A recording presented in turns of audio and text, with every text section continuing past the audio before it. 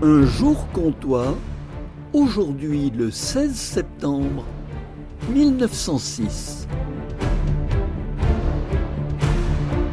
Ce 16 septembre 1906, le temps est épouvantable sur Besançon et sa région. Au milieu de l'après-midi, un orage fait rage. Oh, pas une simple rabasse comtoise, non, le tonnerre gronde.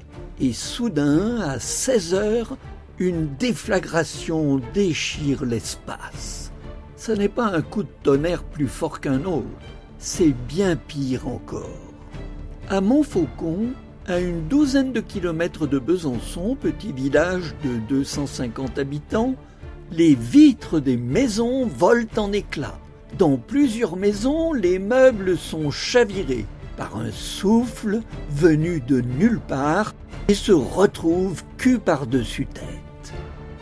Affolés, hébétés, les villageois se précipitent hors de leur maison et ils cherchent le nez au vent, car enfin, une telle explosion ne peut pas venir de nulle part.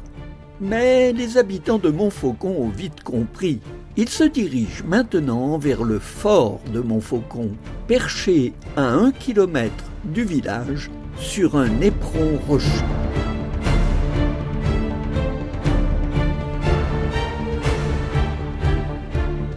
Il y avait par là, il y a très longtemps, un château construit au XIe siècle par la famille de Montfaucon, une des plus importantes du comté, qui tenait son nom d'un des premiers seigneurs de l'endroit, un dénommé Conon, surnommé le Faucon.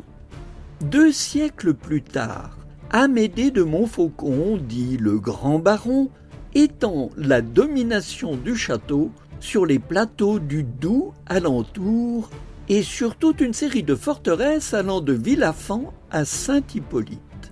Il reconstruit le château en utilisant la pierre, assurant une protection plus rassurante. Mais tout cela coûte très cher.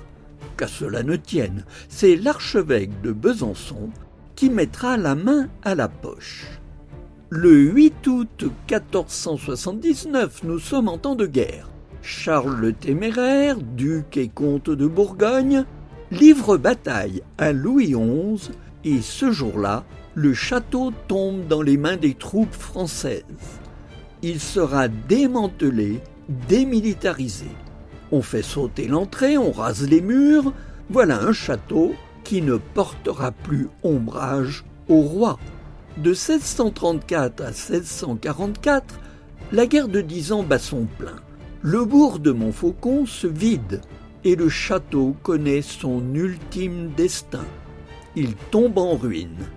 Mais, après la guerre de 1870, nos stratèges, soucieux de protéger nos frontières de l'Est, décident de construire en ce même endroit 2 forts, la redoute de Montfaucon et le Fort Neuf ou Fort de Montfaucon.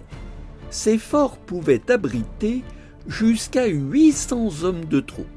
Mais la stratégie évolue et le 16 septembre 1906, il ne reste qu'une trentaine d'hommes pour assurer la garde.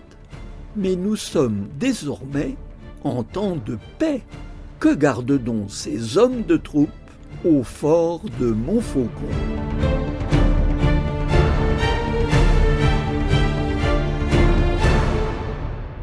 Pendant que vous subissiez mes bavardages, les villageois de Montfaucon sont arrivés au fort. Ce qu'ils y découvrent est une scène de guerre.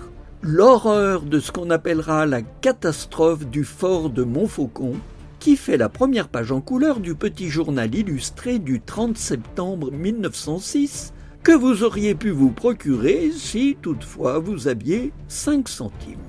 Le dessin qui tient toute la première page montre les décombres du fort, des membres et des poutres emmêlés, des corps sans vie et d'autres grièvement blessés. Que s'est-il donc passé ?